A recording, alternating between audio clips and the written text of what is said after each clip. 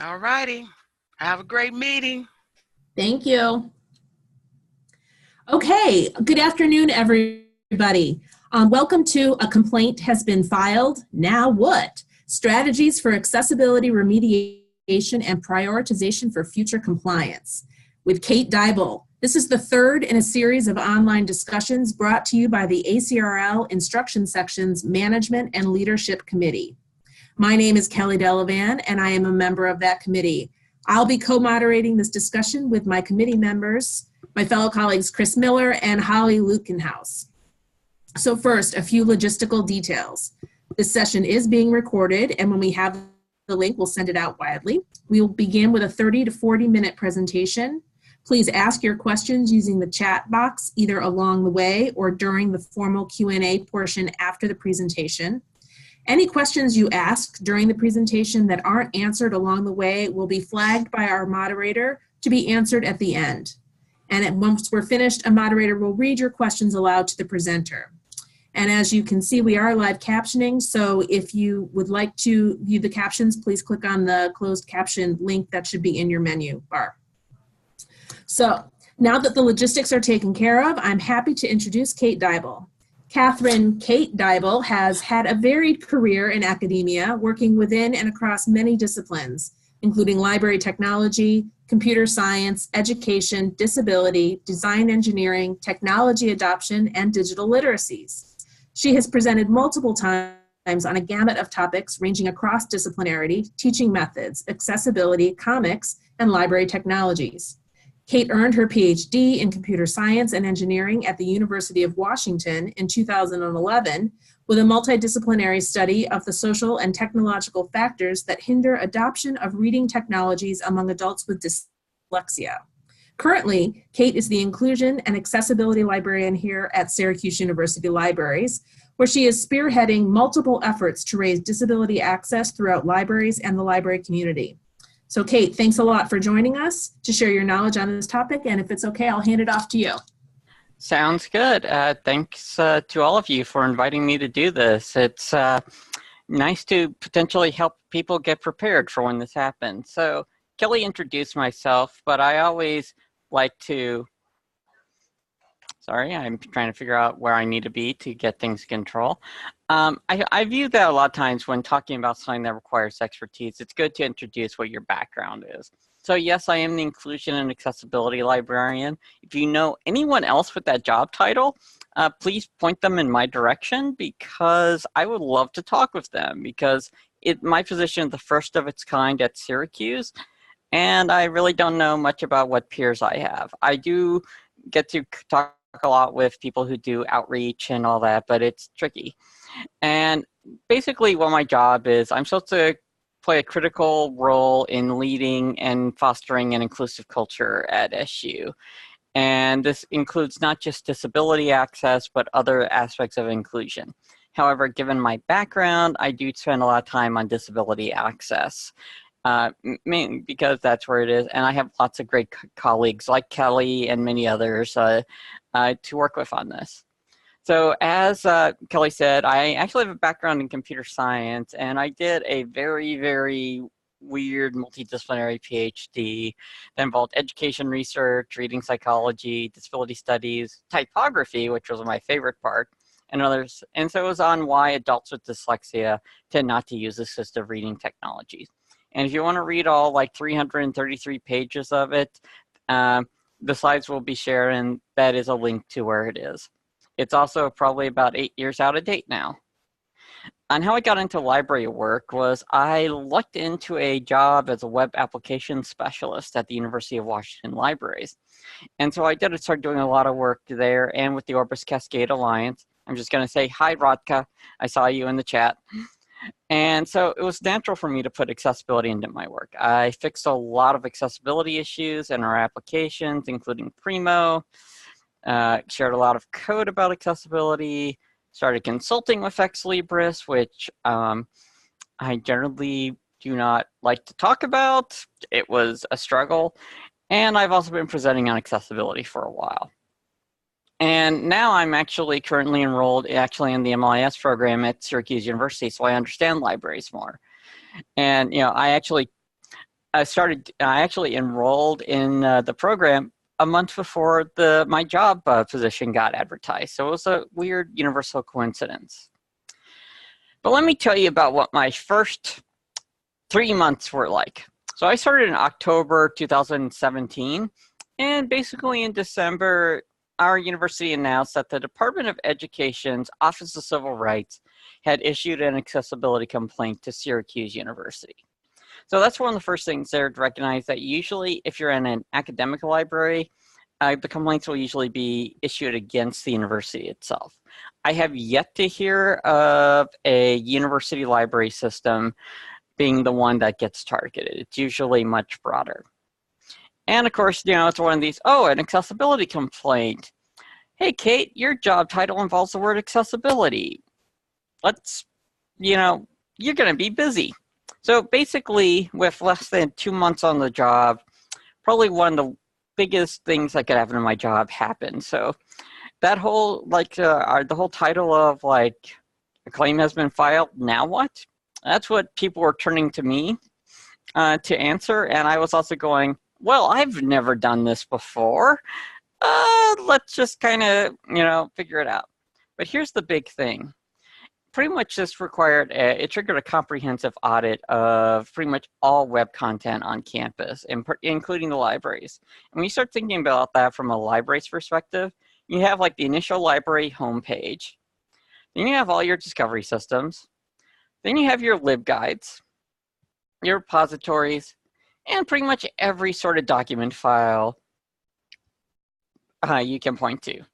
Oh, and also just to point out just a little bit of confusion that happens at times, OCR is a double word in accessibility work. So usually it's the bottom term, optical character recognition, but it's also the Office of Civil Rights.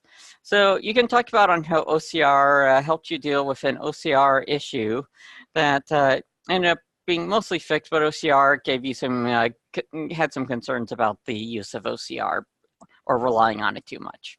That actually makes sense. It's like that word that is 7 instances of the sentence, seven instances of buffalo, something makes actual sense.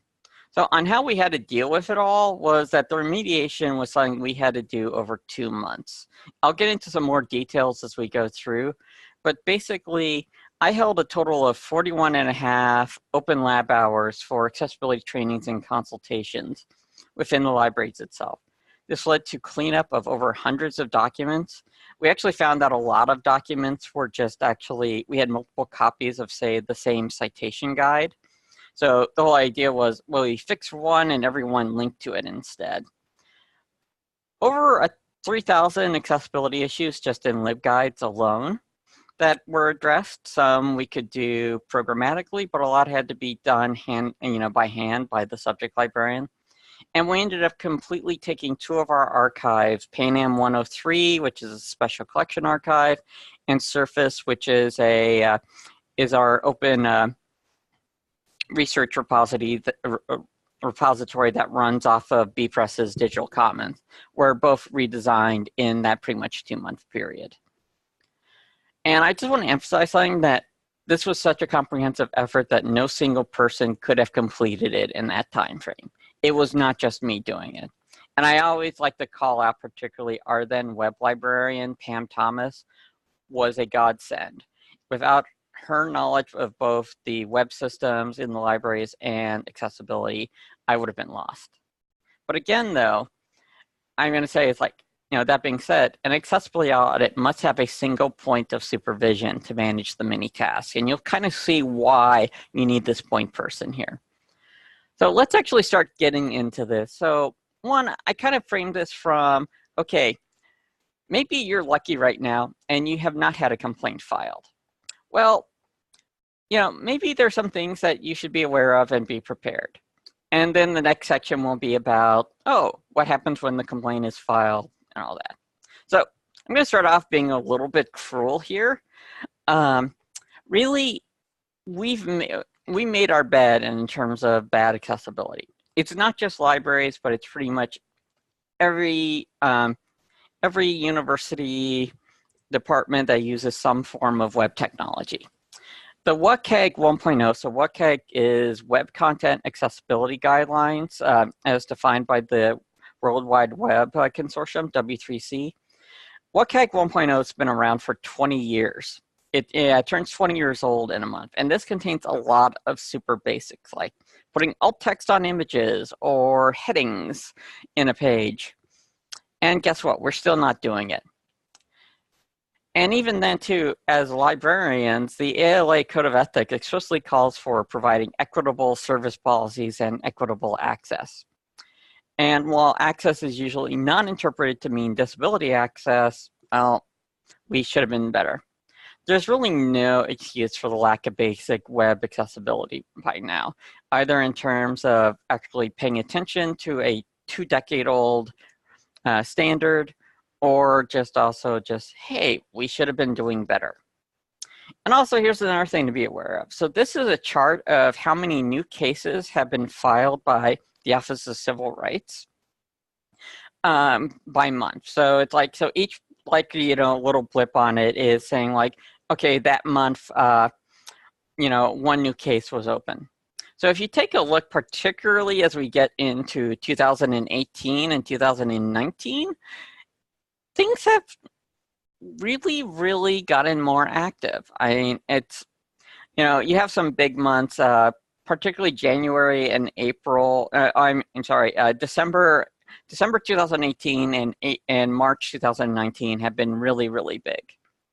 And this is kind of actually surprising, but this is going to be a trend that's going to continue because the Office of Civil Rights has made some changes on how they handle things.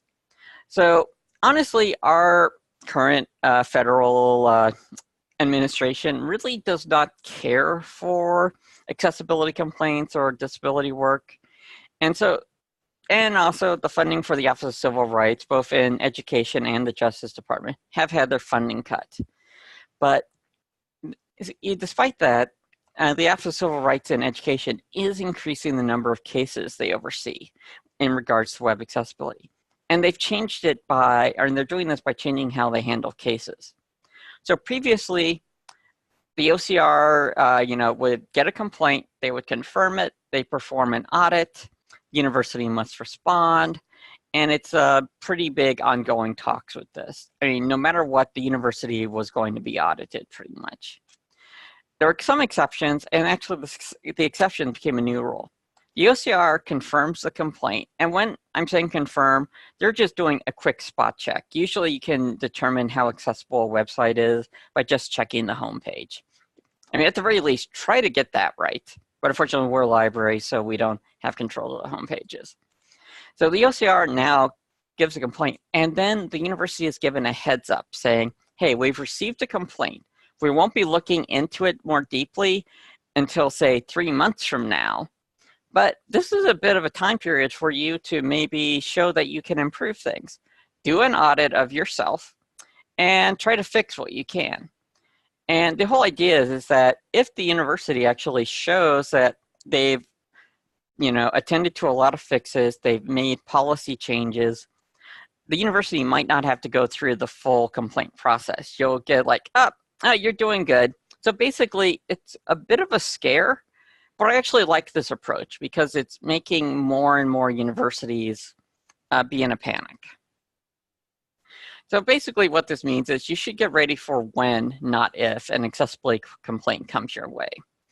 I mean, honestly, Syracuse University has a huge history with being active in disability advocacy, and our websites were not accessible. So what happens when what hits the fan? Responding to the complaint. So first of all, the complaints are at the university level, and you'll have to wait for it to trickle down through administration. Really, the OCR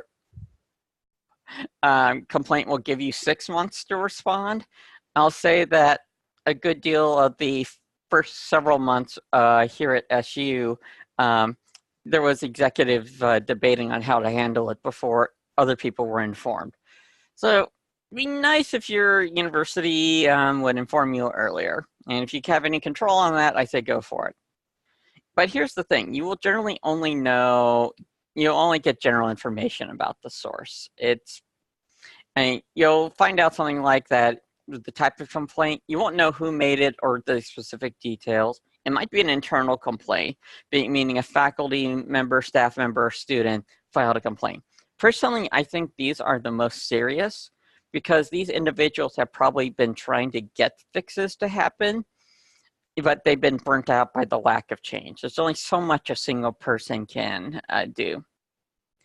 Then there's also what are called mass external complaints. There are definitely some advocates out there right now, and I always forget her name. It's like Lipscott, who will use automated testing to test hundreds of sites, and they will file a mass complaint to OCR about it. And then there are sometimes external complaints that are by just a single entity, and those are actually pretty rare. Every now and then, if you see them, they're usually backed by like something like the National Federation for the Blind. But it's either the mass external complaint. But here's the big thing. The actual source of it doesn't matter. You've been called out. You are inaccessible. And the law and legal sides of it are saying you have to fix it. Yeah. Oh, yeah. So it's Marcy Lipsett is one of the ones who is doing the automated testing. And there are fair criticism of this. Automated testers give lots of, false positives, or says like this is inaccessible when it actually is accessible. There's only so much automated testing can do. And also when 500 cases are, hit the Office of Civil Rights, they're a little, overwhelmed. And so it's actually, there was a bit where Office of Civil Rights was trying to say those weren't legitimate complaints, but there were court cases that ended up saying, nope, you have to deal with that, which is why actually the OCR has also changed how it's handling cases. So now the campus response is going to be, as I said, that the university will have to both fix things, but also show long-term policy changes, saying that this will not be a one-time fix, that you will keep up with it. And generally, the university will, of course, form a committee or a work group or a team of some type to handle this and the strategic plan, and they'll give a strategic plan. Hopefully, it won't take, 10 weeks to do it all. On how it happened here at Syracuse University, they looked at server logs and identified the 50 most active Syracuse domains to be reviewed. The idea was like, let's pick our most used ones. And it turns out 5 of those were library domains. So yes, we were actually being used, which is good, but that meant we had to address them. And once even then, it's like after that point, it's up to the library to figure out really what needs to be addressed. So one of our active domains was actually a domain that we were getting rid of. So it had migrated elsewhere. So we decided like, oh, okay, we will look at some of what's being migrated there. In fact, that's why we had to do the Pan Am 103. But now the library response on this, though, is, you're going to have to expect a ton of work to be accomplished in a short period. As I said, we really had about 2 months to do it all. Really, it was about 3 months, but we need enough time to write up a report to the university committee of everything we did, meet with them. And here are just some of the challenges to be prepared for. One, this is going to be an unfunded mandate, and that's going to drive a lot of people to anger and wanting to not do it. And also for the library, you still have to perform its key services. So think about this. I was having to tell a bunch of librarians like extra work they needed to do right at the start of winter term. Fortunately, they don't like the subject librarians were not visiting classes until a few weeks, so they had some time there, but it's like, oh, yay, just at the beginning of the term, right when we need to be getting busy and prepping. We have to do this now. And also remediation may end up delaying some planned projects. You might have to say, look, our IT department, we can either get up this new site or we can fix all these existing issues. And you're going to have to make those judgment calls. And really, it's pretty much probably going to be all library staff at some point. And the other thing is, too, you're going to need to have some source for accessibility expertise. You might have that on campus, But you really need to have that expertise within libraries, because the entire university is making demands on the people who know accessibility. So I cannot tell you how many conversations I had, phone calls, emails, where departments on campus were going, "You're an accessibility librarian, you can help us be accessible." And I had to say, I can't help right now because I am trying to deal with what's going on here at the university itself. So this one, you have to recognize you need to have some structure for communication here. So select definitely a point person to be the key point of communication with both everything that's going on at the university level and the library leadership. That was me. And while honestly, a lot of me wanted to just be down there working on the code because I do have my tech background, this point was needed to be able to say, okay, we've gotten these results here. How do we organize and get, say, the subject librarians figuring out libguides? Oh, this is something that only IT services can do. So, okay, so someone in there has to handle that, and just keeping track on it and being able to, if there are large scale questions, like, it's like going, okay, what's going to be the university policy on this, particular issue? I was able to field that. But then too, it's like, for every domain or library service that needs to be adjusted or worked on, you need a point person for that. So for Surface, our open access repository, we had our open access librarian be the point person for that. So I could just talk with her about those points. We had for some of our archives, we had like certain point people for them. It was a matter of just kind of playing that out, and so that it wasn't a matter of having to figure out who was there in a department. It was like, this is the person, who was responsible to, giving me the right information. And of course, each data person, they did lots of data collection of both what needs to be fixed, talk with me about that, and then helping delegate that. And it was really the delegation that was really helpful. I was already spending most of my day doing emails and writing reports. I did not need to be doing it on a more individual level. So this is kind of like on how the overall report that you have to get to the university saying this is what we did will come together. Now, the big one, though, is finding that accessibility expertise. And I'm going to tell you now, you should be budgeting for this in terms of professional development. I mean, especially your IT staff, but pretty much all library staff, a variety of it is worth, looking at. And there are lots of opportunities out there in the library world right now. There are some more general work, such as lynda.com, DeQ University, which is, they are a private group that's particularly focused on web accessibility and training. And Library Juice usually has lots of great accessibility trainings. Carly Spina usually teaches them, and I view her as one of my greatest colleagues in doing library accessibility. She's very knowledgeable and a great teacher. There are many workshops more and more at library conferences, and also hopefully your university or even your consortium will maybe do some group trainings of some type. And just start thinking about doing that now. If there's a training that offers, this is how you make Word and PowerPoint accessible, send some professionals there, and or send some of your staff to that. Give them the time to do that so that you'll be prepared. During an OCR response period, hopefully your university is also upping the ability to do trainings and workshops. But it's one of those too where you might have to recognize you need to alter the training to meet the needs within the libraries. Because as we all know, libraries are like a lot of the rest of academia, but they're also different. And that's also why I held open lab sessions. So the other thing is, if there is training and staff member needs to take it, you need to free up their time for that. None of this like, well, that 3-hour training is something we'll add to your regular work week. It's not going to be as effective.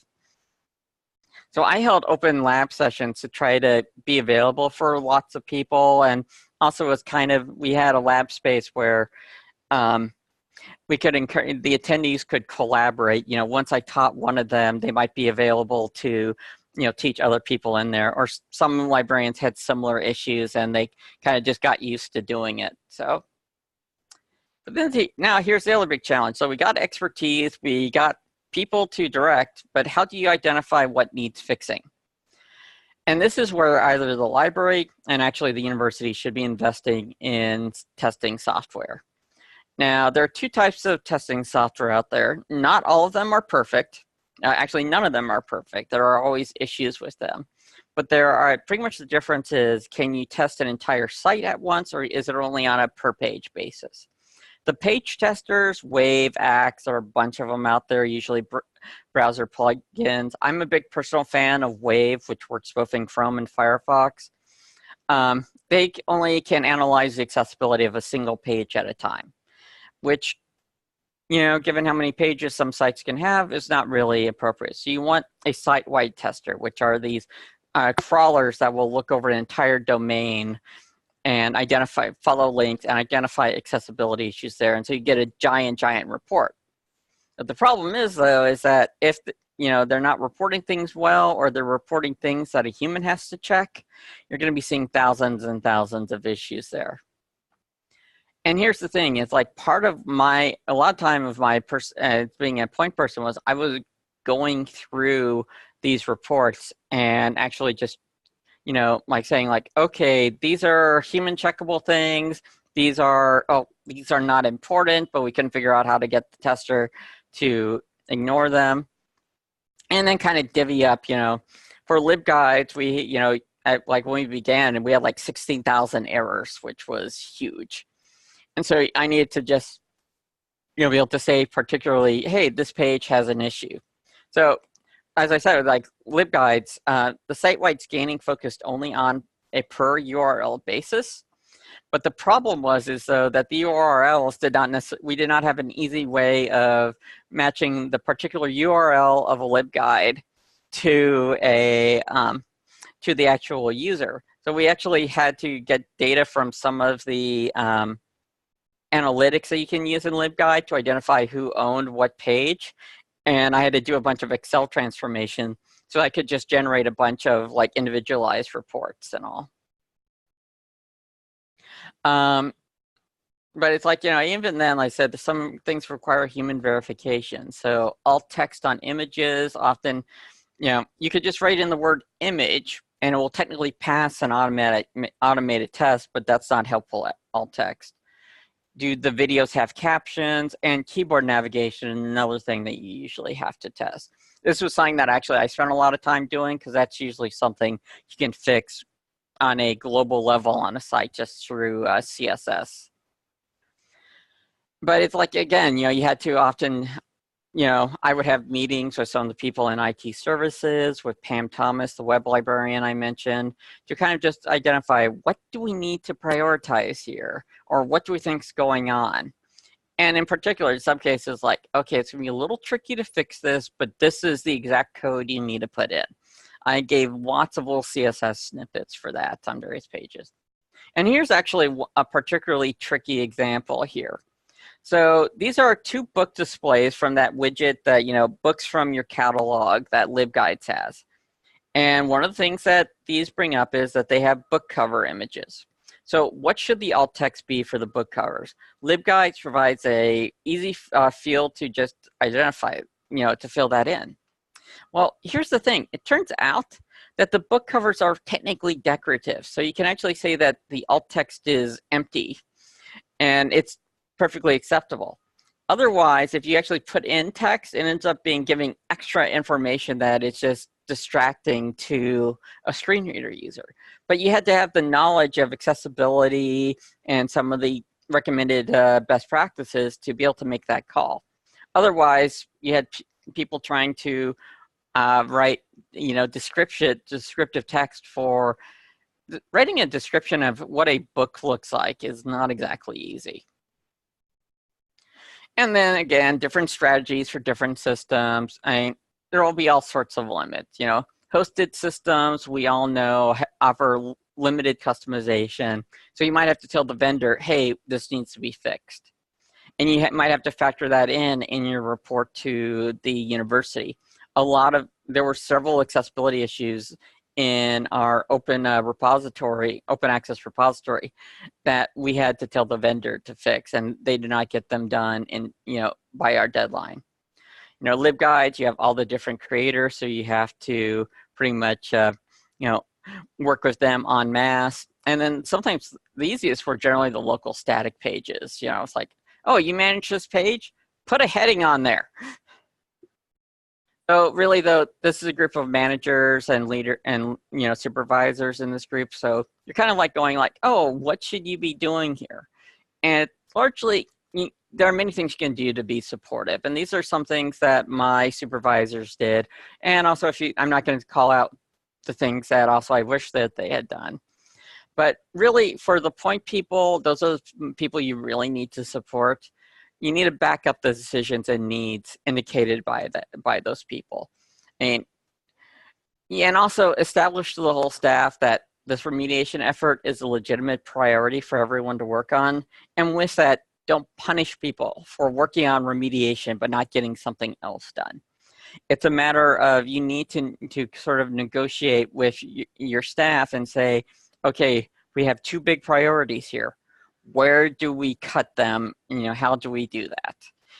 And that's a factor you have to put in there. And again, you need to have the time and flexibility for the trainings and the actual work. You need to provide the software resources. And this is one, respect the knowledge of the accessibility experts.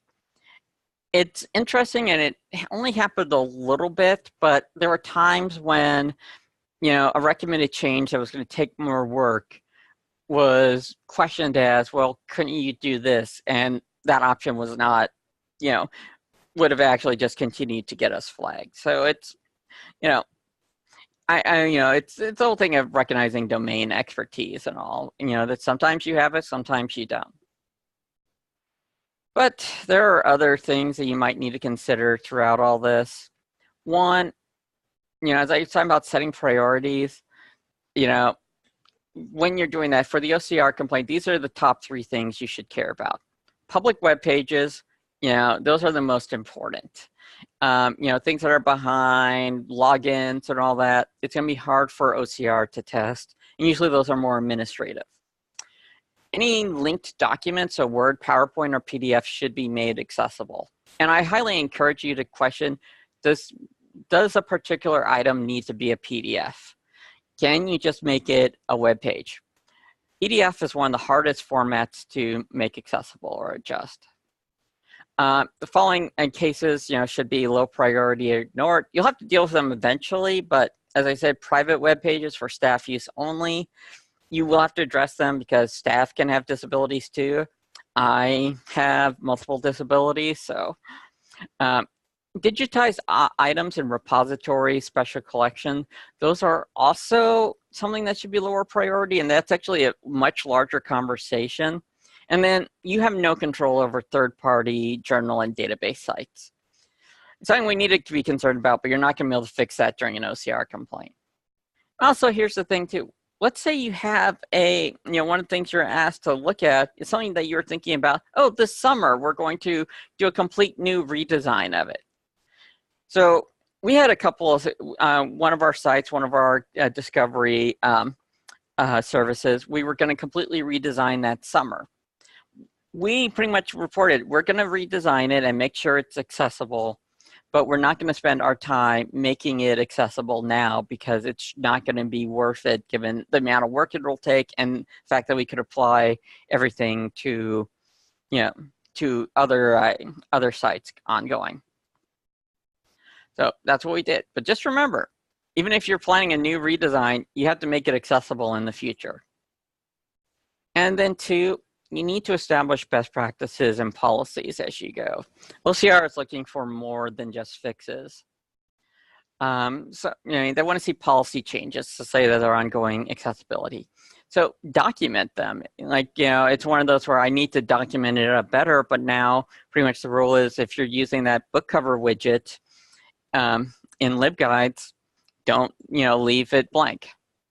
And then 2, we could start talking about going beyond compliance. I'm going to really speed through some of this because I want to give time for everything else. But really, remember, the OCR, their audits focus on what is public and most used.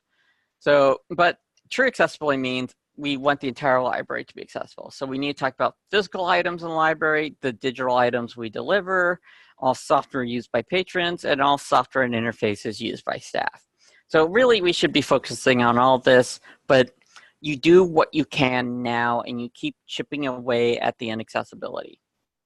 And so we have several initiatives going around here.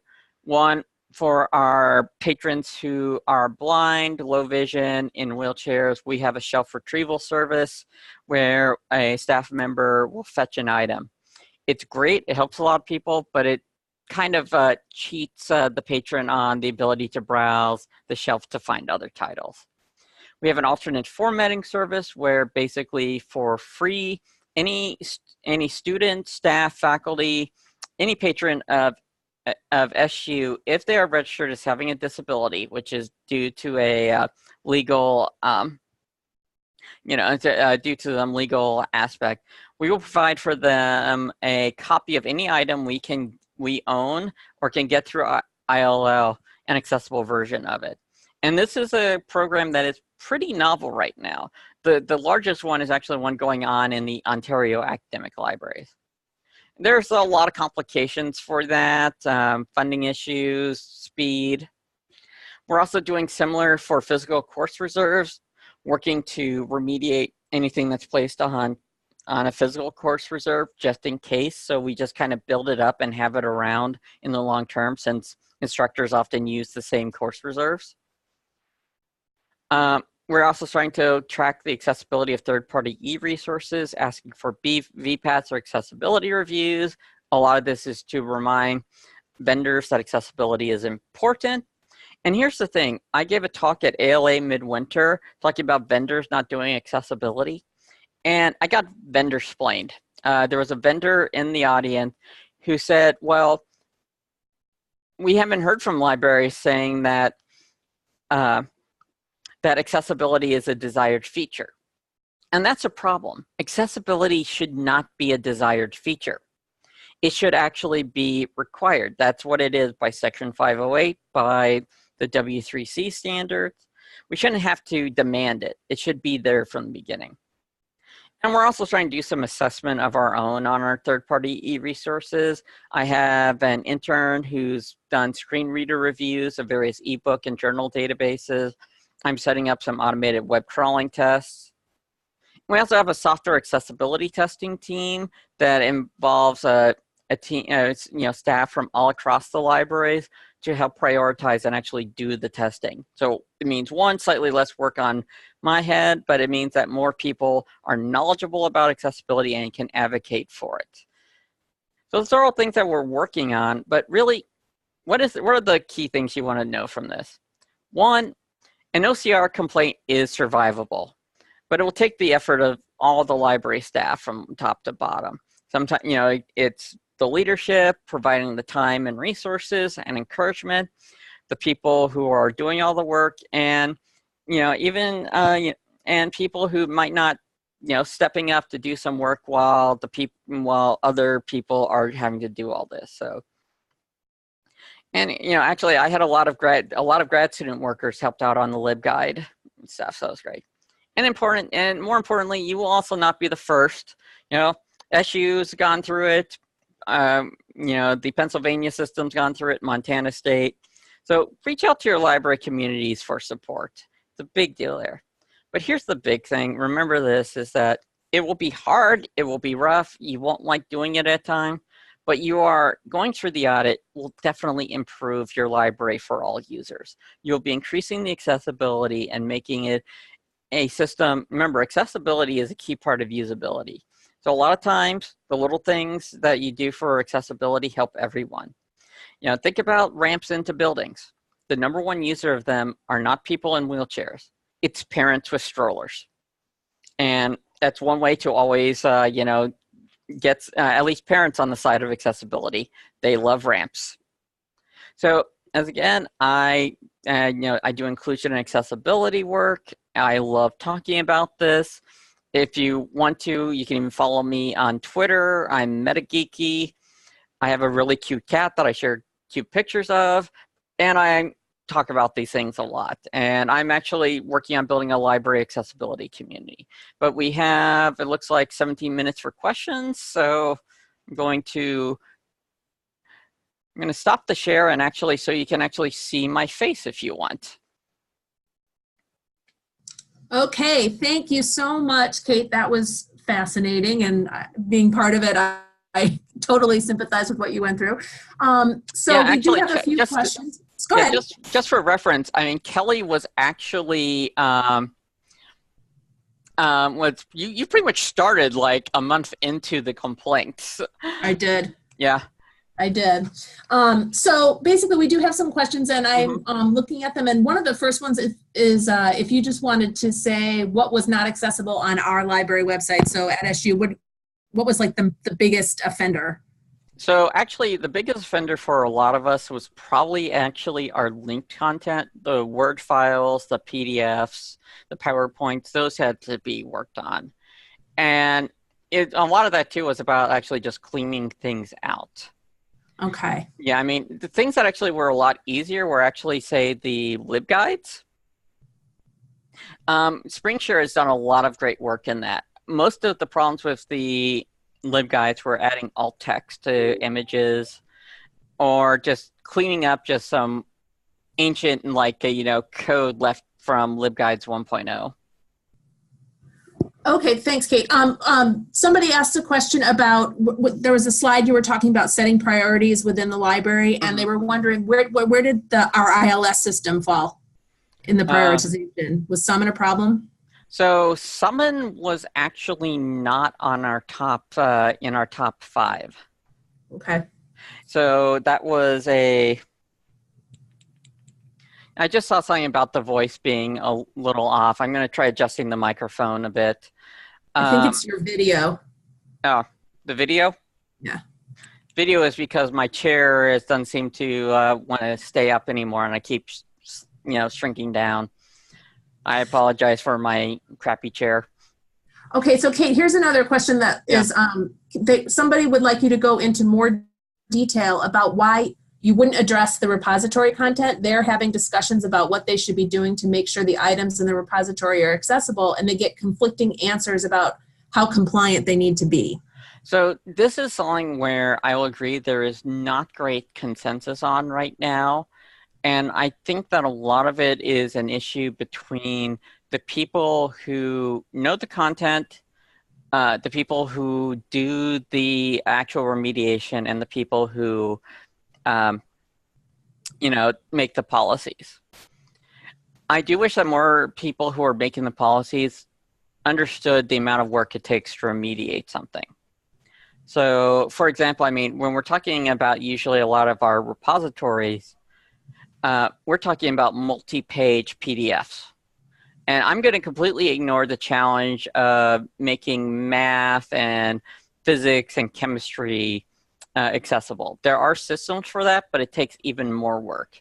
So if you're just dealing with the humanities, you still have to go through and fix a lot of it. And the fact is that the tools for making a PDF accessible are, I'm catching myself on this because it's recorded, but I'm going to just say crap. The Adobe editor, Adobe has no real interest in it. The actual PDF accessibility standard, I love telling this to librarians because they always respond in shock. It has no support for footnotes, none at all.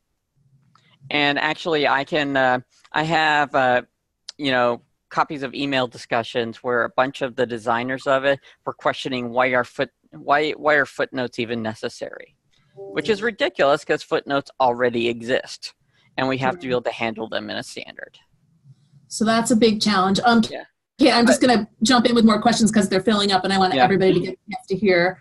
So, what did the process look like? Add one more thing into that? Go ahead. And ultimately, it's one of those, particularly for a university, if you're talking about particularly ETDs, so theses and dissertations, ultimately, it should be up to the content creators who are making the accessibility.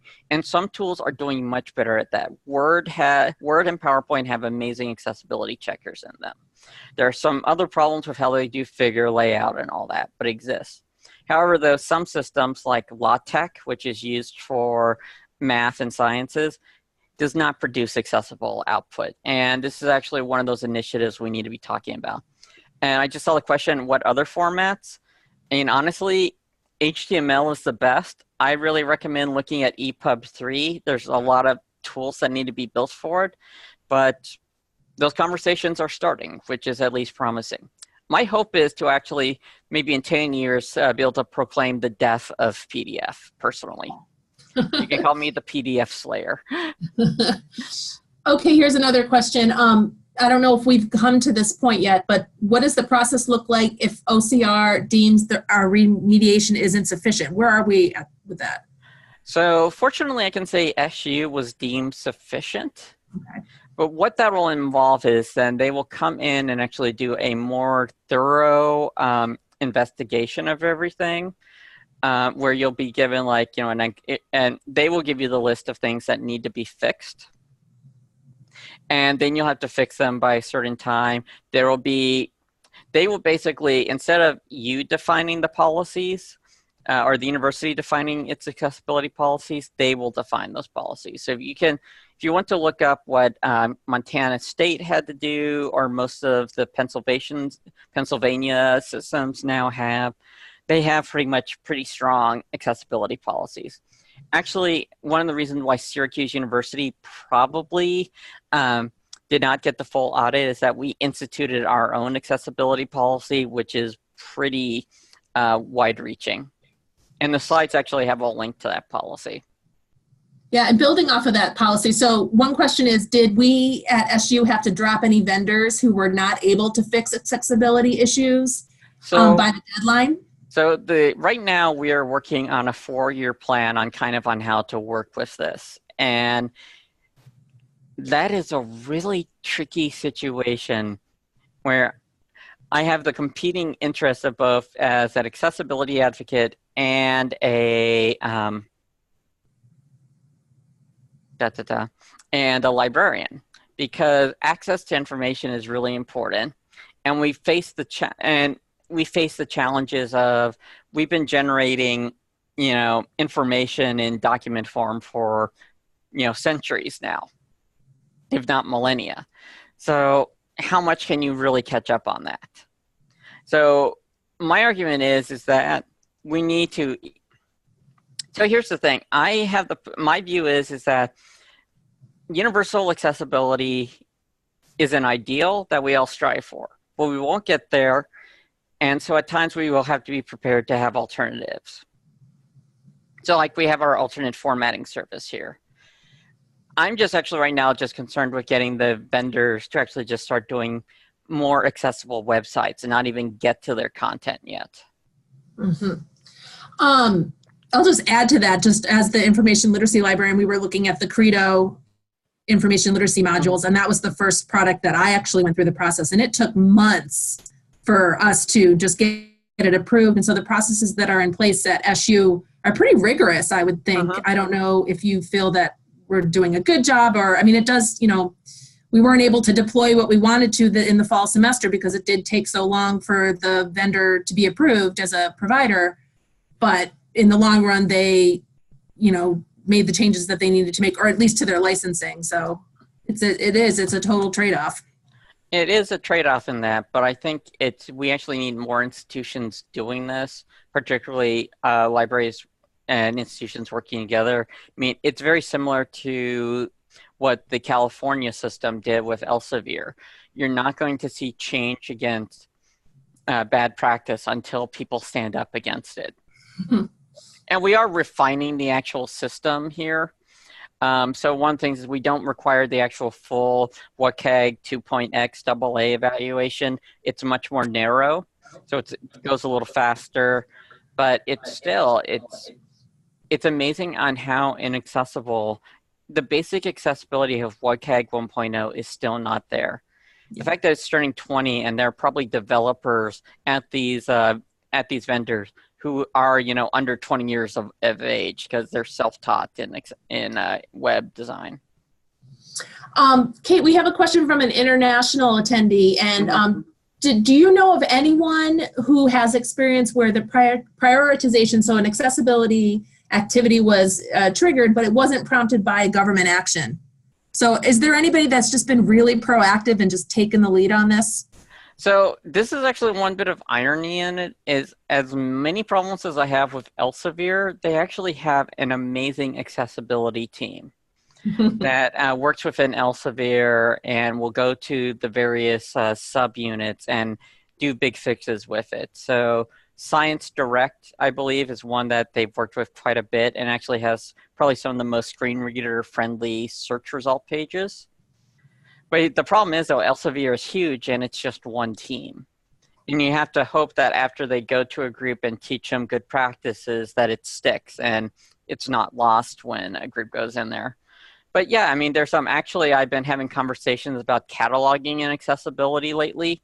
And Terry Reese, I think, the developer of MarcEdit, has actually been working on adding more accessibility into MarcEdit over the last several years and actually wants to have ongoing conversations with me.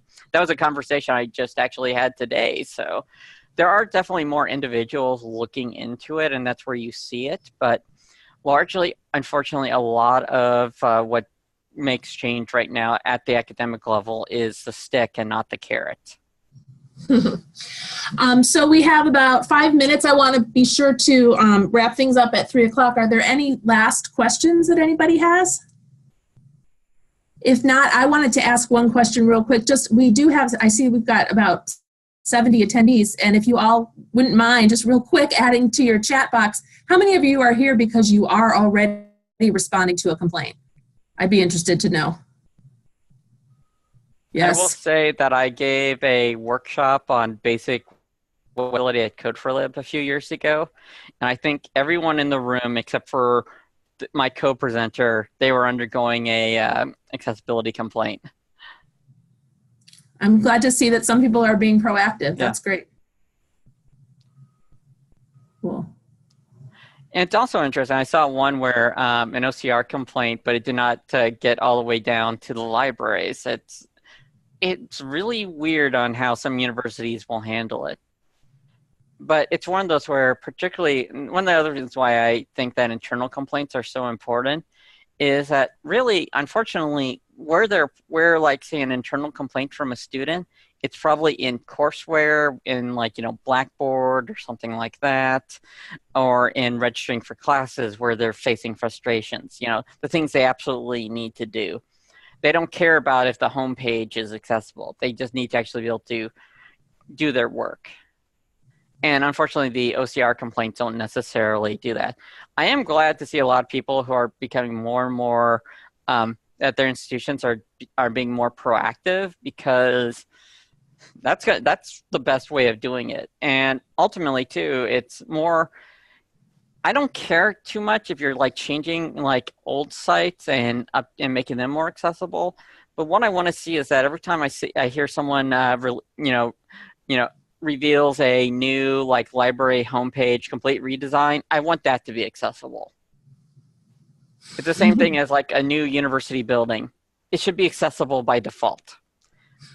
I will tolerate the 1920s horrible building, not being that accessible. But if a building is built right now and they forget to put a wheelchair ramp on the front of the building and make people with disabilities have to go in the side or back entrance, that's not acceptable anymore. Hear, hear. All right, then. Well, if we don't have any other questions, I'm going to go ahead and do our wrap up. So it's all the time we have. I'd like to say thank you so much to Kate and the members of the ACRL Instruction Section's Management and Leadership Committee for putting everything together. Please remember that we'll be sending out the link with the recording for this session as soon as possible. Just a reminder that the committee will be hosting another webinar entitled Fostering Curiosity, Invigorating Your Library's Teaching and Learning Culture Through Scholarship of Teaching and Learning. That's going to be held on Wednesday, May 1st from 11 to 12 Central Time, and we hope you'll join us for that. So if that's about all we have, I'm going to say thank you very much to everybody. Thanks, Kate, and have a really great afternoon, everyone. I just want to say thank you as well. Feel free to reach out. Just understand that I'm always pretty busy, so I might not get to your questions. So you might have to poke me more. I tend to respond on Twitter faster, which just tells you I need to probably have it closed during work time. All right. Thanks, everyone. Thank you.